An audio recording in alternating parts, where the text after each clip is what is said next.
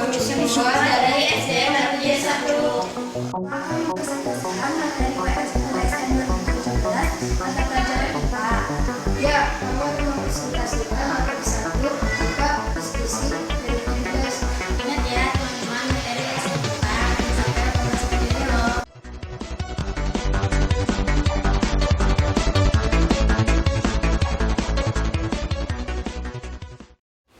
Teman-teman, ingatkan pengertian dari ciri khusus tumbuhan atau hewan? Ya, ciri khusus tumbuhan atau hewan adalah ciri-ciri yang dimiliki oleh tumbuhan atau hewan yang tidak dimiliki oleh hewan lain. Contohnya pada ikan lele. Ikan lele memiliki misai, tetapi tidak dimiliki oleh hewan lainnya. Tujuan adaptasi diantaranya adalah yang pertama, menyesuaikan diri terhadap lingkungan. Contohnya kaktus. Kaktus memiliki daun yang berduri. Tujuannya untuk mengurangi penguapan. Tersebut dilakukan agar mengurangi penguapan, lalu menyimpan banyak cadangan air. Yang kedua, melindungi diri dari musuhnya. Misalnya, gurita atau cumi-cumi mampu menyemprotkan cairan hitam seperti tinta agar pemangsa tidak membunuhnya. Yang ketiga, mempertahankan hidupnya. Misalnya, pohon jati akan menggugurkan daunnya ketika musim kemarau datang. Hal ini dilakukan agar tidak terjadi banyak penguapan, sehingga ia dapat mempertahankan hidupnya lebih lama. Yang keempat, melestarikan jenisnya. Misalnya, kura-kura yang bertelur dalam jumlahnya banyak. Telur-telur tersebut hanya sebagian kecil yang dapat bertahan hidup. Sebagiannya lagi tidak berhasil bertahan hidup karena berbagai sebab. Salah satunya dimangsa oleh predator, tidak bertahan terhadap lingkungan, dan lain sebagainya. Yang kelima, memperoleh makanan. Beberapa jenis burung memiliki paruh yang berbeda-beda. Burung kolibri memiliki paruh panjang dan kecil, berguna untuk mengisap madu. Bebek memiliki paruh berbentuk seruduk, berguna untuk mencari makanan di tempat yang berlumpur. Karena adaptasi inilah, masing-masing hewan atau tumbuhan memiliki ciri khususnya masing-masing yang membedakannya dengan makhluk lainnya. Secara umum, adaptasi dikelompokkan menjadi 3 jenis. Yang pertama, adaptasi morfologi. Adaptasi morfologi merupakan penyesuaian bentuk tubuh makhluk hidup terhadap lingkungannya. Adaptasi morfologi dapat dilihat dengan jelas. Contohnya, bentuk kaki pada bebek, bentuk paruh beberapa jenis burung, bentuk mulut beberapa jenis serangga. Yang kedua, adaptasi fisiologi. Adaptasi fisiologi merupakan penyesuaian fungsi alat-alat tubuh makhluk hidup terhadap lingkungannya. Berbeda dengan adaptasi morfologi, adaptasi fisiologi tidak bisa langsung dilihat. Adaptasi fisiologi dapat diketahui dari informasi para ahli biologi mengenai fungsi dan alat-alat tubuh pada makhluk hidup. Contohnya, nektar pada kantong semar, bau busuk pada bunga bangkai atau rafflesia, dan lain-lain. Adaptasi tingkah laku merupakan penyesuaian berupa perubahan tingkah laku. Contohnya, autotomi pada cicak, putri malu mengatup daunnya ketika disentuh, dan lain-lain.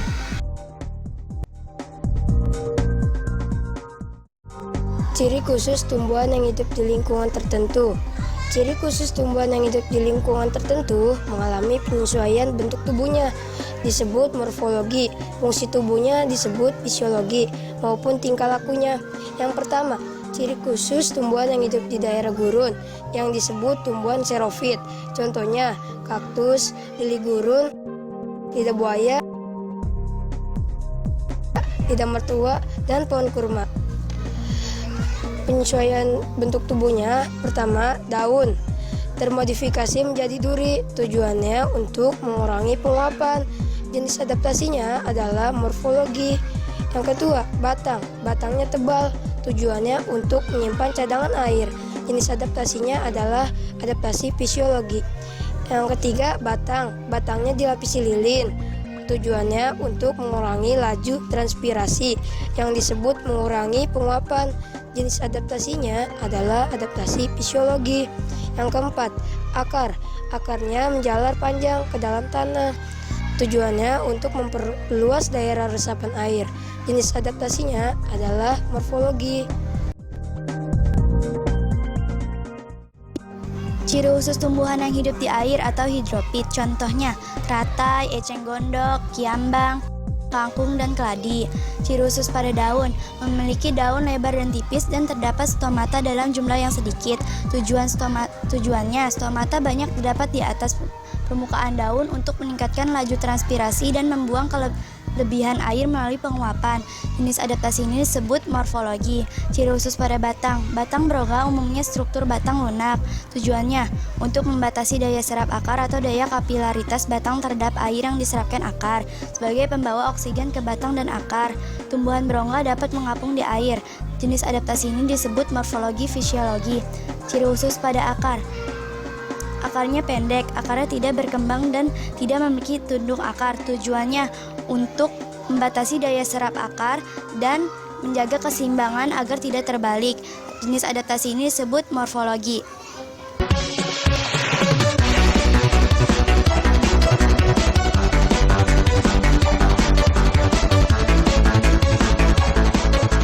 Contoh khusus tumbuhan yang hidup di daerah lembab, higrofit. Contohnya tumbuhan paku, lumut, daun ungu, kemunting, dedalu.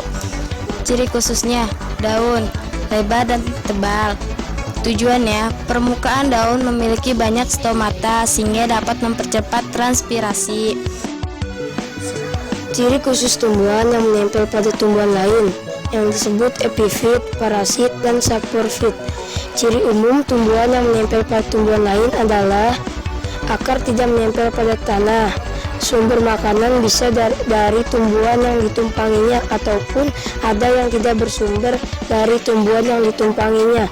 Tumbuhan ini digolongkan menjadi beberapa golongan, yaitu yang pertama, tumbuhan parasit, yaitu tumbuhan yang menempel pada tumbuhan lain disebut sebagai inangnya, serta mengambil makanan dari tumbuhan yang ditumpanginya.